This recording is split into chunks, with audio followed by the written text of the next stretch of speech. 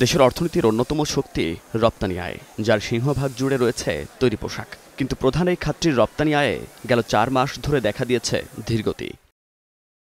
রপ্তানি উন্নয়ন ব্যুরো ইপিবির সবশেষ তথ্য বলছে, গত নভেম্বর মাসে রপ্তানি হয়েছে ৩৮৯ কোটি ডলারের পণ্য, যা গত বছরের একই সময়ের তুলনায় ৫.৫৪% কম। টানা ৪ মাস রপ্তানি কমলেও পুরো অর্থবছরের চিত্র এতটা খারাপ নয়।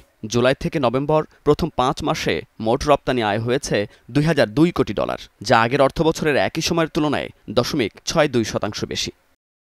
তবে মাসভিত্তিক হিসেবে রপ্তানি আয় কমেছে চোখে পড়ার মতো, যেখানে শুধু তৈরি পোশাকেই কমেছে ৫%।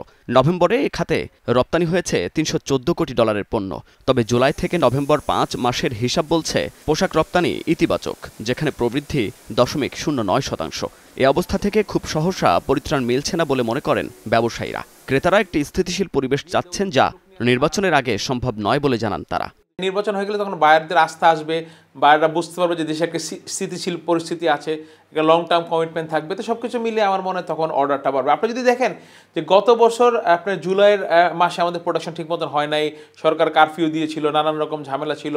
তারপরে গত বছর আপনার অগাস্ট, সেপ্টেম্বরে, অক্টোবরে প্রচুর পরিমাণে আশুলিয়া অঞ্চল, আমাদের একটা বৃহৎ প্রোডাকশন ক্যাপাসিটি, সেখানে মারামারি হলো, ষড়যন্ত্রমূলক নানান ঘটনা ঘটলো। সরকার সেটা তখন সুন্দর মতন হ্যান্ডেল করতে পারলেন না। তৎকালীন শ্রম মন্ত্রণালয় সম্পূর্ণ ব্যর্থ ছিল এটাকে হ্যান্ডেল করার মতো করে।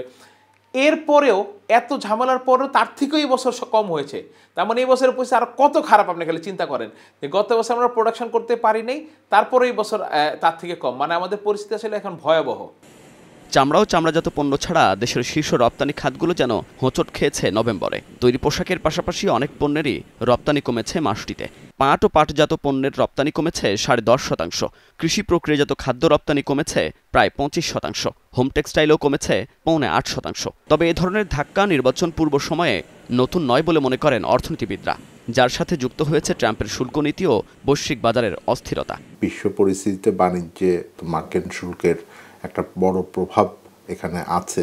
বাংলাদেশের মতন যারা অন্যান্য প্রতিদ্বন্দ্বী দেশ আছেন, তাদের ভিতরে প্রতিদ্বন্দ্বিতাও কিন্তু অনেক বেশি কঠিন হয়েছে। যারা ক্রেতা আছেন, তারা এক ধরনের স্থিতিশীলতা দেশের ভিতরে দেখতে চান, যেন তাদের সরবরাহটা কোনো ধরনের উপদ্রবের ভিতরে না পড়ে। তো বিনিয়োগ পরিস্থিতি তো গত 2-3 বছর ধরেই অনেক স্তিমিত অবস্থায় আছে, মানে স্বাভাবিক যে নিম্ন হার তার থেকেও নিচে নেমেছে।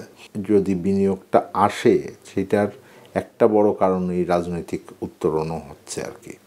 কারণ হলো যে সবাই তো অপেক্ষা করছেন যে আরেকটি রাজনৈতিক সরকার আসলে তার নীতিগুলো কেমন হবে। রপ্তানিতে নেতিবাচক এ ধারা কাটিয়ে উঠতে আন্তর্জাতিক বাজারে প্রতিযোগিতা সক্ষমতা বৃদ্ধির পাশাপাশি বৈচিত্র্যপূর্ণ রপ্তানি কৌশল জরুরি বলে মনে করেন বিশেষজ্ঞরা।